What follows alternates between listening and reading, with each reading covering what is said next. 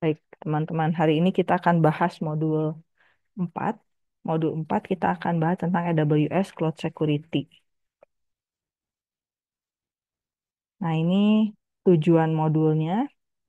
Jadi nanti setelah menyelesaikan modul ini, teman-teman bisa mengenali apa itu yang namanya share responsibility model, kemudian mengidentifikasi tanggung jawab, mana yang jadi tanggung jawabnya customer, dan mana yang jadi tanggung jawabnya AWS. Lalu teman-teman juga akan mengenal tentang user, group, sama role. Kemudian teman-teman juga akan mempelajari tentang berbagai jenis kredensial keamanan di IAM. Lalu kita juga akan mengidentifikasi langkah-langkah untuk mengamankan new AWS account, gimana caranya akun baru itu bisa aman. Kemudian kita juga akan mengeksplorasi tentang IAM user sama group, me- lalu mengenali cara untuk mengamankan data di AWS, dan juga mengenali tentang compliance program. Section yang pertama kita akan bahas tentang AWS Share Responsibility Model. AWS Share Responsibility Model itu kalau teman-teman lihat gambarnya seperti ini. Ini membedakan yang mana yang jadi tanggung jawab customer dan mana yang jadi tanggung jawab AWS. Nah, lebih lanjut kita akan lihat yang pertama itu adalah eh, tanggung jawab dari AWS terkait security of the cloud. Apa aja tanggung jawabnya? Tanggung jawabnya yang pertama tentang keamanan di data center. Kita udah kenalan dengan data center di modul yang sebelumnya ya. Jadi tempat data disimpan. Ini terkait dengan aksesnya, kemudian kebutuhan, kontrolnya. Ini tanggung jawab dari AWS. Kemudian AWS juga bertanggung jawab untuk masalah hardware, software, ya, infrastruktur hardware dan software, lalu infrastruktur jaringan, kemudian tentang infrastruktur virtualisasinya. Ini adalah tanggung jawab dari AWS. Kalau customernya gimana? Kalau customernya dia bertanggung jawab atas operating system, ya, OS-nya, kemudian aplikasinya, kemudian security group, firewall, network atau jaringannya, kemudian manajemen account-nya. Nah, ini yang jadi tanggung jawab dari customer. Tetapi kalau urusan hardware-nya, urusan eh, masalah keamanan data center fisiknya, ini sudah langsung jadi tanggung jawab AWS. Kemudian ini juga tentang karakteristik layanan dan tanggung jawab. Ada tiga. Ingat ya, infrastructure as a service, kemudian platform as a service, kemudian software as a service. Ini teman-teman ingat lagi kita sudah pernah bahas di modul sebelumnya. Jadi di modul yang pertama ini bagian pentingnya apa? Bagian pentingnya adalah tentang eh, tanggung jawab keamanan. Yang mana yang menjadi tanggung jawab AWS, yang mana yang jadi keamanan, yang mana yang jadi tanggung jawab dari customer. Nah, kalau AWS dia bertanggung jawab untuk hal-hal yang berkaitan dengan infrastruktur. Nah, kalau customer, dia bertanggung jawab untuk melakukan konfigurasi keamanan dan tugas manajemen yang diperlukan. Seperti itu. Lanjut bagian yang kedua, nah ini tentang AWS Identity and Access Management. Ini digunakan AWS Identity and Access Management ini dipakai untuk mengelola sumber daya di AWS atau AWS Resource. Ya, jadi dia bakal nentuin siapa yang bisa mengakses ke resource-nya, kemudian si resource itu eh, apa yang bisa dilakuin usernya ke resource itu, lalu gimana supaya resource itu bisa diakses. Nah, ini semuanya fitur dari AWS yang nggak ada biaya. Nah, komponen-komponennya di sini sudah ada. eh, IAM user itu orang ya, atau aplikasi yang bisa mengautentikasi AWS account. Kemudian kalau grup IAM group, ini adalah kumpulan dari IAM user. Di grouping ya seperti ini. Jadi kumpulan dari IAM user yang punya yang dikasih otorisasi identik. Jadi sama karena di grouping. Kemudian ada IAM policy. IAM policy ini adalah dokumen yang menentukan resource mana yang bisa diakses dan tingkat akses ke setiap resource. Lalu ada IAM role. Ini adalah mekanisme yang digunakan untuk memberikan satu set izin untuk membuat permintaan layanan AWS. Autentikasi sebagai IAM user untuk bisa punya akses itu kalau kita nentuin IAM usernya, kita bisa milih jenis akses yang diizinkan untuk user untuk dipakai. Yang pertama ini akses program, pragmatic access. Autentikasinya pakai access key ID, secret secret access key. Ini menyediakan akses ke AWS CLI dan AWS SDK Access. Menyediakan akses ke AWS CLI dan AWS SDK. Lalu yang kedua ada AWS Management Console Access. Autentikasinya menggunakan 12 digit account ID atau alias, kemudian IAM username sama IAM password. Nah, kalau diaktifkan MFA berarti dia bakal minta kode autentikasi. Seperti itu. Nah, lalu kita lihat tentang IAM MFA. Ini adalah layanan dan sumber daya AWS dapat diakses menggunakan AWS Management Console, AWS CLI, sama AWS sama lewat SDK atau API. Nah, buat ningkatin keamanannya, sebaiknya sih ngaktifin MFA. Kayak kita ya, biasanya suka ada two authorization yang pakai authentication Google atau Microsoft seperti itu. Nah, itu akan jauh lebih aman seperti itu. Jadi selain nyimpen username sama password, MFA juga memerlukan kode autentikasi unik untuk mengakses ke AWS service. Kemudian otorisasinya, apa yang diizinkan? Nah, setelah user itu atau aplikasi itu terhubung ke account AWS, apa yang boleh mereka lakukan? Di sini ada IAM user, IAM group, atau IAM role. Dia ditentuin nih, kalau full access berarti dia punya akses penuh, kalau read only berarti dia cuma baca. Nah, ini semuanya ada di IAM policy. Nanti dia akan nentuin ke, eh, misalkan ke isi to instance, dia boleh full access atau cuma read only. Atau ke S3 bucket, dia cuma read only atau udah boleh full access, seperti itu. Ini ditentukan oleh otorisasi. Jadi proses nentuin izin apa yang harus dikasih ke apa yang hanya diberikan oleh pengguna layanan atau aplikasi. Setelah pakai autentikasi, mereka harus otorisasi untuk dapat mengakses ke AWS service. Nah, ini otorisasi, teman-teman. Otorisasi ini dia menetapkan izin dengan membuat IAM policy. Jadi, aksesnya itu ditentukan dengan membuat IAM policy. Permissionnya buat apa aja? Buat nentuin resource mana dan operasi mana yang diizinkan.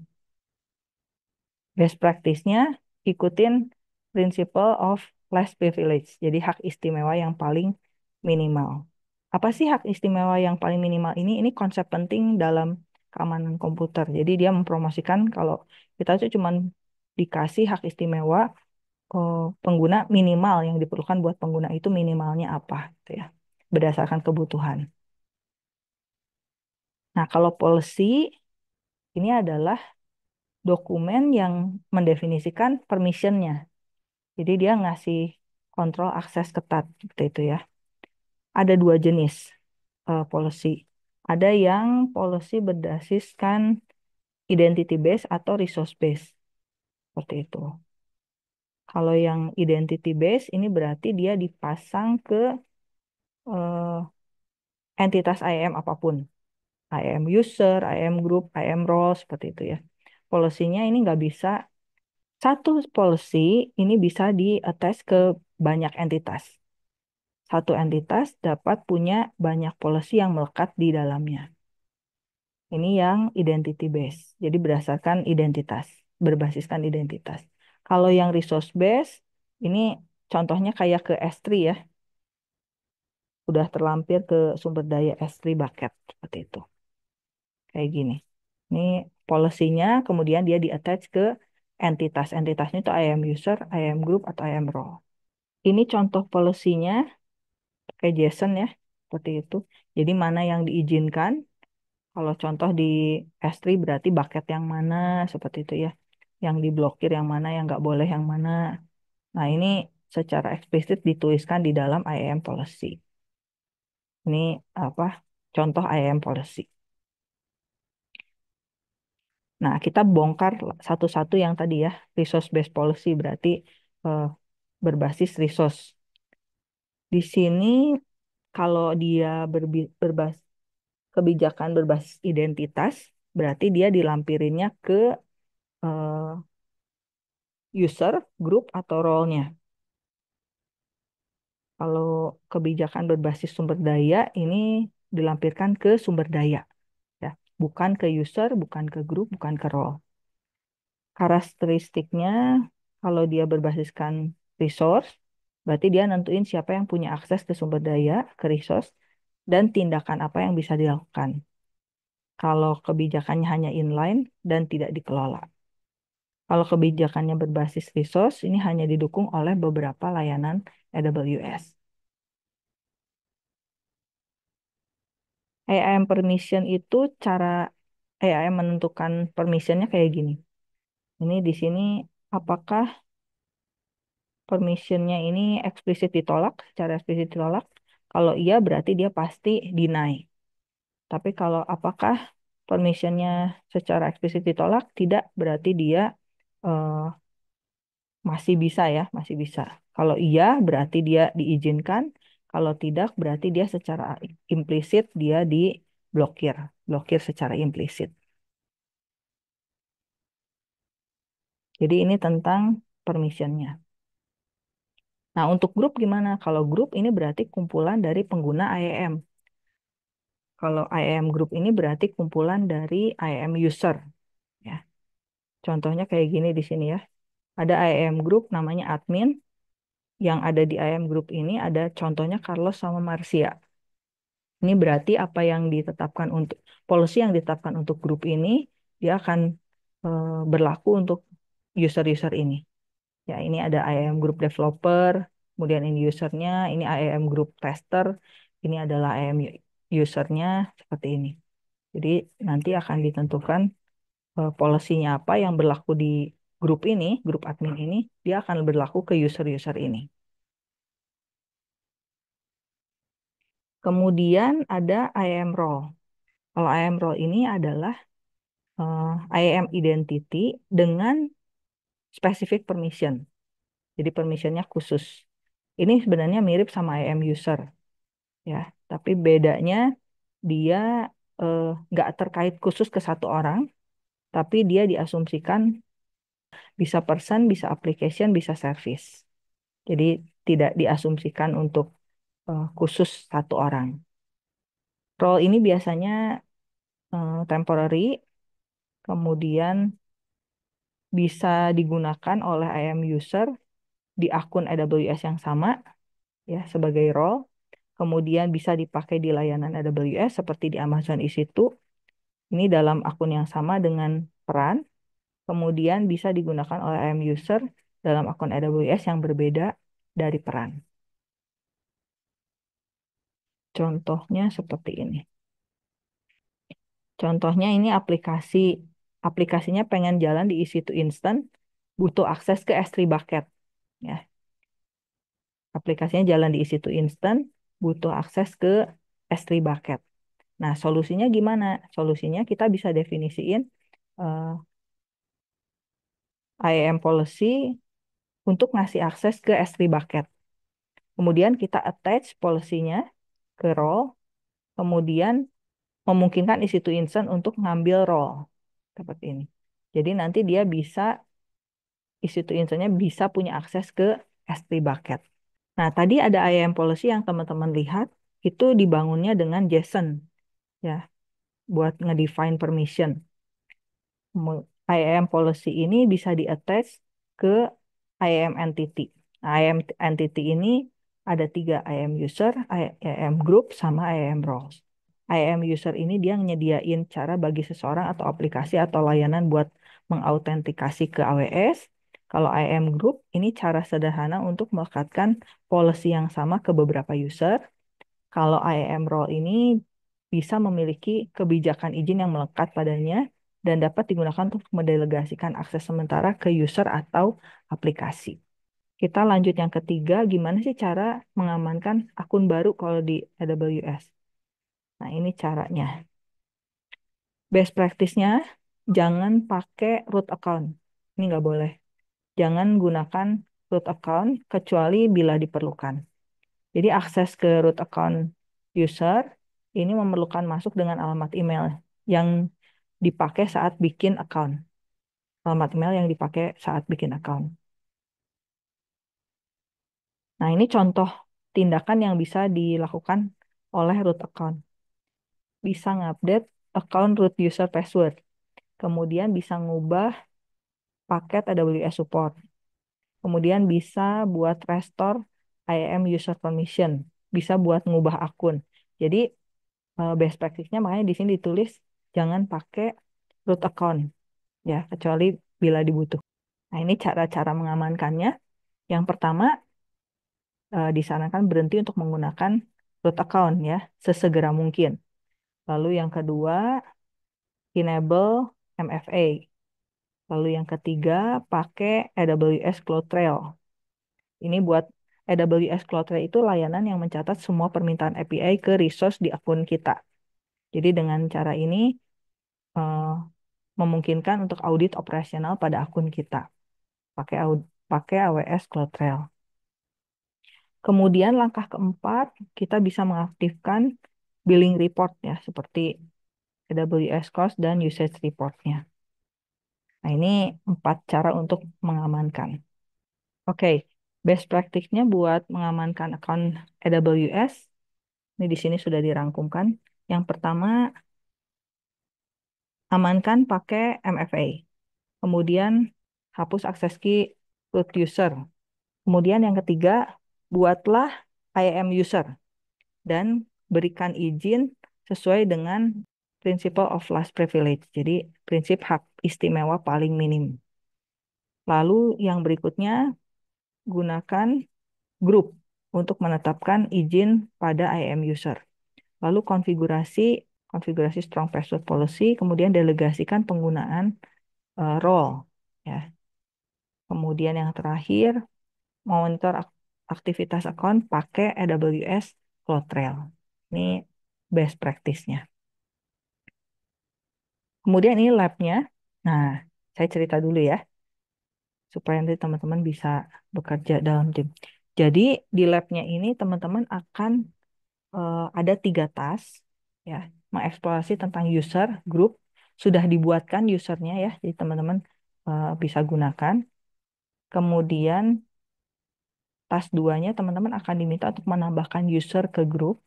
Jadi task 1-nya mengeksplorasi tentang user dan grup. Task 2-nya akan menambahkan user ke dalam grup. Kemudian task 3-nya akan mencoba sign in dan tes user.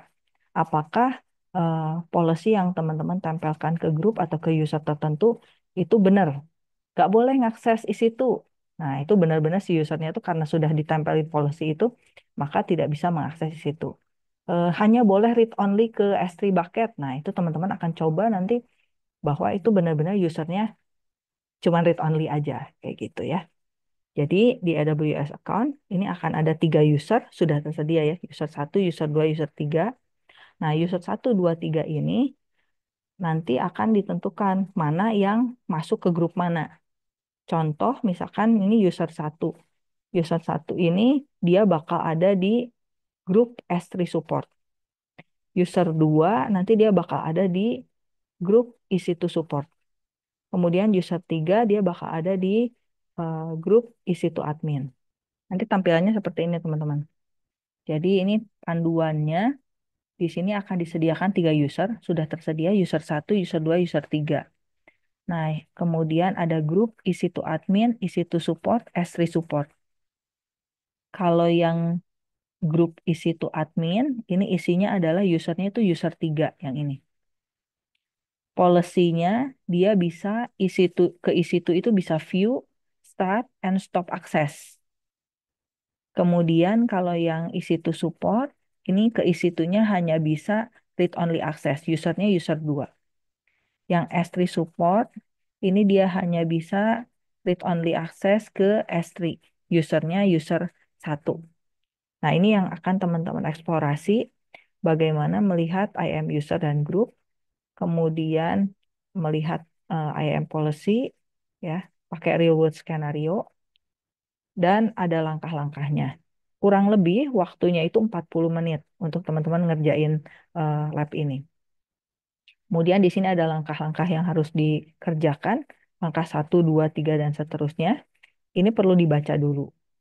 Nanti tasnya itu ada tas satu, explore the user and group.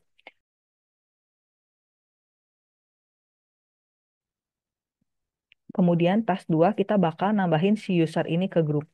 Jadi kalau di sini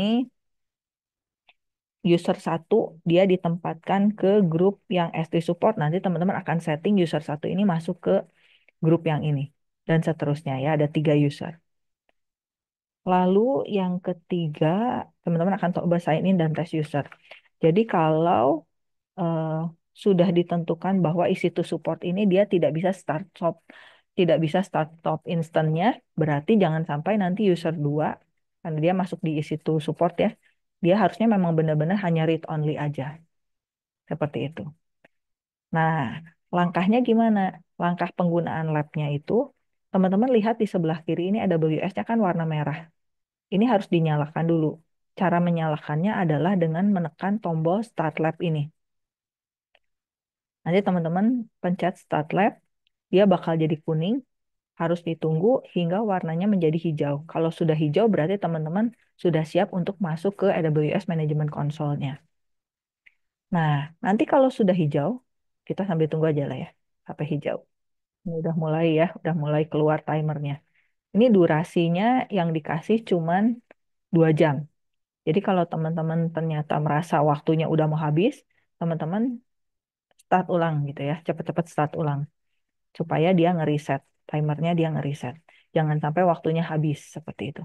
Dan kalau teman-teman sudah selesai menggunakannya, belum 2 jam udah selesai menggunakannya, segera teman-teman end lab. Berarti udah selesai end lab gitu ya. Ini nggak kesimpan, jadi jangan khawatir kalau teman-teman misalkan nyalain terus berhentiin dulu, terus nanti misalkan mau masuk lagi gitu ya. Memang ada waktu tunggunya, tapi sekitar 15 menit, tapi teman-teman bisa pakai lagi. Asal jangan sampai habis waktunya. Seperti itu. Nunggu sih.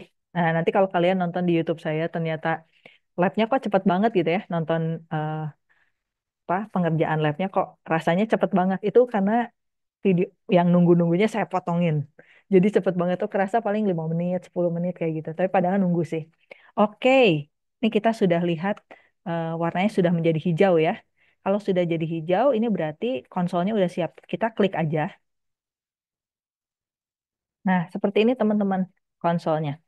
Kalau masih ingat minggu lalu kita bahas tentang region. Kalau di sini teman-teman bisa lihat, klik. Ini adalah daftar region yang ada teman-teman. Ya, regionnya. US is one. Masih ingat nggak kalau dia kalau satu region itu dia punya lebih dari satu availability zone. Nah, nanti kalau pada saat di labnya ada US is 1A, US is 1B, berarti si N Virginia ini dia punya availability zone A, availability zone B, dan seterusnya. Seperti itu. Nah, kalau udah mau lihat Ohio seperti ini, nah ini adalah region. Ya, seperti itu. Area geografis yang teman-teman kenal di teori waktu pertemuan sebelumnya. Seperti itu. Jadi kalau sekarang memang tidak semua region diizinkan ya. Jadi untuk lab ini tuh biasanya kita seringnya pakai N Virginia. Ya udah pakai aja N Virginia gitu ya. Gunakanlah N Virginia. Lanjut. Di sini ada panduannya teman-teman. Di sini ada panduannya. Jadi ketika kita udah tahu, oh ada tugas nih lab satu, ada yang akan dikerjakan di lab satu apa, teman-teman bisa baca. Kalau sudah dibaca, teman-teman ikuti langkahnya. Saya cuma contohin beberapa langkah ya. Contoh yang pertama adalah teman-teman harus masuk ke service, mencari IAM. Langsung search di sini aja, IAM.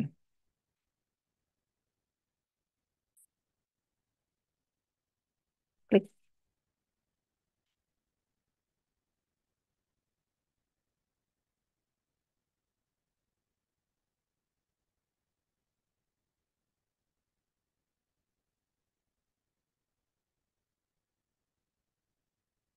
Kemudian baca lagi, sudah masuk ke IAM ya, ini sudah IAM. Langkah berikutnya adalah di navigation panel sebelah kiri, pilih user. Jangan dilewat-lewat ya teman-teman panduannya. Jadi silahkan pilih user. Kemudian dilihat di sini sudah ada user satu, user 2, user 3. Sampai langkah 5 berarti teman-teman udah sip ya. Eh, Gimana cara melihat user? Berarti masuk ke bagian sebelah kiri, navigation panel sebelah kiri, kemudian pilih user. Di sini sudah tersedia user satu, user 2, user 3. Seperti itu. Dan langkah selanjutnya ya, teman-teman bisa klik usernya, kemudian melihat apa permission yang ada di sini.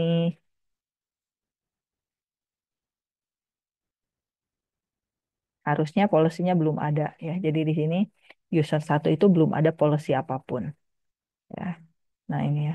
Dan kalau sudah ada permissionnya dilihat di bagian permission. Kemudian apalagi yang mau dilihat? Grupnya. Nah, kita lihat grupnya di sini. User group.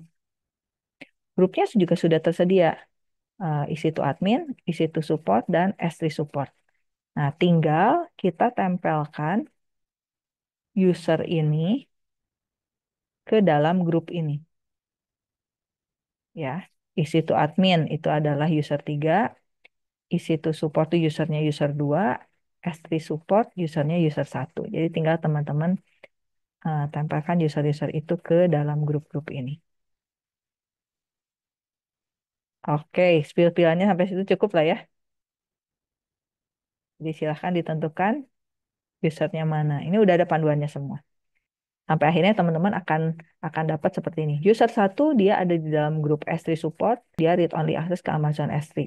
User 2 isi to support, kemudian permissionnya read only ke Amazon di situ. Kalau user 3 isi to admin, dia bisa view, bisa start, bisa stop, Amazon isi to instant. Seperti itu.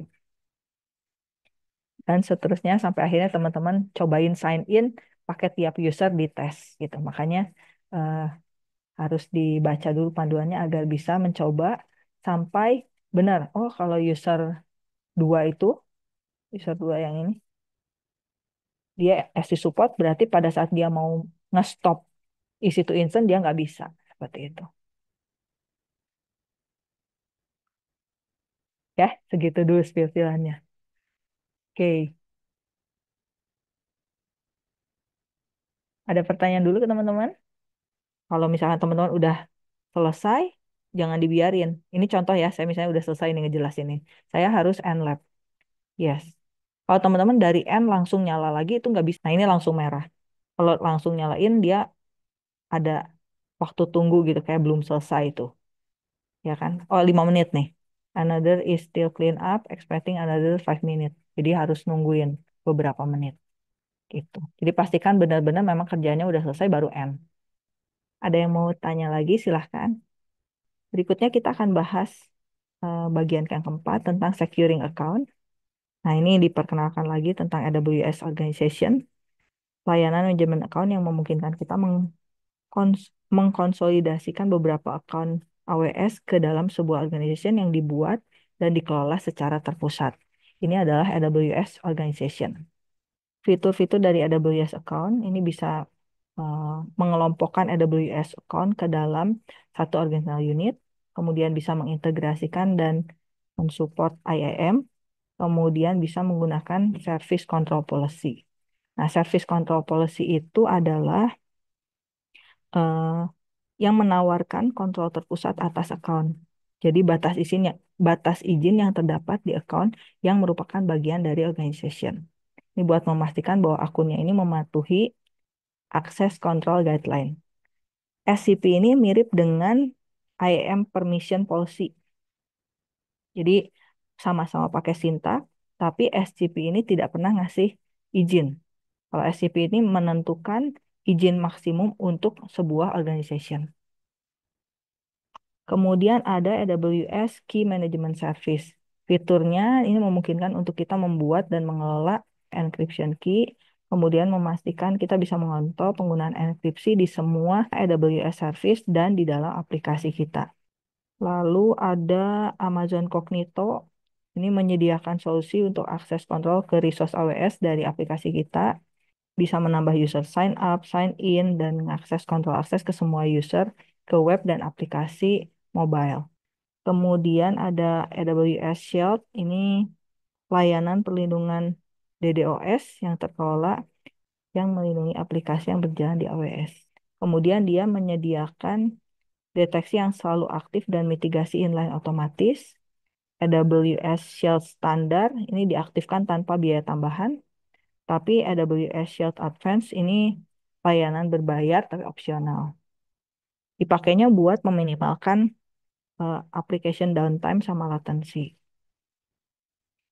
Lanjut section yang kelima, ini masih tentang mengamankan data di AWS terkait dengan enkripsi.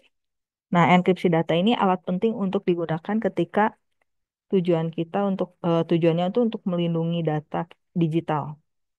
Ya, jadi dia enkripsi ini mengkodekan data dengan secret key yang membuat data tidak terbaca. Dia hanya mereka yang punya secret key-nya yang bisa memecahkan code-nya. AWS KMS ini dapat mengelola secret key kita. Kemudian, enkripsi of data in transit.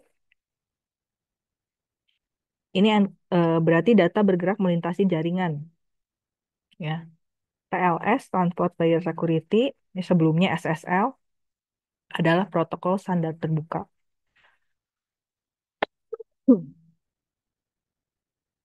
Kemudian AWS Certificate Manager ini menyediakan cara untuk mengelola, mendeploy, dan memperbarui sertifikat TLS atau SSL. Kemudian Secure HTTPS ini membuka secure tunnel ya, terowongan aman, menggunakan TLS atau SSL untuk pertukaran data dua arah. AWS Service ini support data dalam enkripsi transkrip. Ini contohnya seperti ini. Kemudian, bagaimana mengamankan Amazon S3 bucket dan objeknya? Nah, bucket dan S3 bucket ini bersifat private dan terlindungi. Ini secara default private dan protect. Jadi ketika kasus penggunaan membutuhkan berbagai objek data di Amazon S3, penting untuk mengelola dan mengontrol akses data karena dia defaultnya private dan protect. Ikuti izin yang mengikuti prinsip hak istimewa paling rendah, the principle of last privilege, dan pertimbangan untuk menggunakan enkripsi Amazon S3. Tool sama option untuk kontrol akses S3 itu ada Amazon S3 Block Public Access, Bucket Policy, Access Control List, sama AWS Trusted Advisor. Kemudian yang keenam, ini kita working to ensure compliance, memastikan kepatuhan ya, compliant. AWS compliance programnya, ini customer, dia harus eh, tunduk pada berbagai peraturan dan persyaratan keamanan dan kepatuhan yang berbeda. AWS terlibat dengan badan penyertifikasi dan audit independen untuk memberikan pelanggan informasi yang memadai tentang kebijakan, proses, dan kontrol yang ditetapkan dan dioperasikan oleh AWS. Nah, compliance program ini dapat dikategorikan secara luas. Ada sertifikasi dan pengesahan, ini dievaluasinya sama third party dan independent auditor. Contohnya ISO 27001 dan seterusnya. Kemudian ada undang-undang, regulasi, dan privacy. AWS menyediakan fitur keamanan dan perjanjian hukum untuk mendukung kepatuhan. Contohnya ini ya, GDPR, dan seterusnya. Lalu ada alignment and framework. Nah, ini persyaratan keamanan atau kepatuhan khusus industri atau fungsi. Contohnya ada CIS ya, dan yang lainnya. Lalu ada AWS Config. Nah, ini layanan yang memungkinkan kita untuk mengakses, mengaudit, dan mengevaluasi konfigurasi AWS resource kita. Ya. Dipakainya buat memantau konfigurasi secara terus-menerus. Jadi secara otomatis mengevaluasi konfigurasi yang direkam eh, versus konfigurasi yang diinginkan. Nih, ya, ditinjau perubahan konfigurasinya, kemudian melihat riwayat konfigurasi secara detail. Ini pakainya AWS Config. Menyederhanakan compliant auditing dan security analysis. Ada AWS Artifact. Ini dia menyediakan buat download dokumen ya, secara aman. Jadi merupakan sumber daya untuk informasi yang berhubungan dengan compliance. Memberikan akses ke laporan keamanan dan kepatuhan dan memilih perjanjian online. Kemudian bisa mengakses dokumen, contohnya sertifikasi ISO AWS. Kemudian ada laporan sertifikasi AWS ISO, kemudian ada PCI, kemudian ada SOC, ya ini report-reportnya. Kemudian akses AWS Artifact secara langsung ke AWS Management Console. Di bawah Security, Identity and Compliance bisa klik Artifact ya. Ini simpulannya, AWS Security Compliance Program menyediakan informasi tentang policy, proses, dan kontrol yang dibuat dan dioperasikan oleh AWS. Lalu ada AWS Config, ini dipakai untuk menilai, mengaudit, dan mengevaluasi konfigurasi AWS Resource. Kalau AWS Artifact ini menyediakan akses ke uh, Security and Compliance Report, laporan keamanan dan kepatuhan. Baiklah, sebagai penutup, ini ringkasan dari modul kita. Yang pertama, kita bisa mengenali tentang share responsibility model, kemudian mengidentifikasi responsibility dari customer dan AWS, kemudian mengenali IAM user, group, dan role, kemudian bisa menjelaskan tentang tipe-tipe security credential, mengidentifikasi langkah-langkah untuk mengamankan AWS account baru, kemudian mengeksplor tentang IAM user dan group, kemudian mengenal cara untuk mengamankan data di AWS, kemudian mengenal tentang AWS Compliance Program. Jadi ini yang inti yang dibahas di modul 4 ini.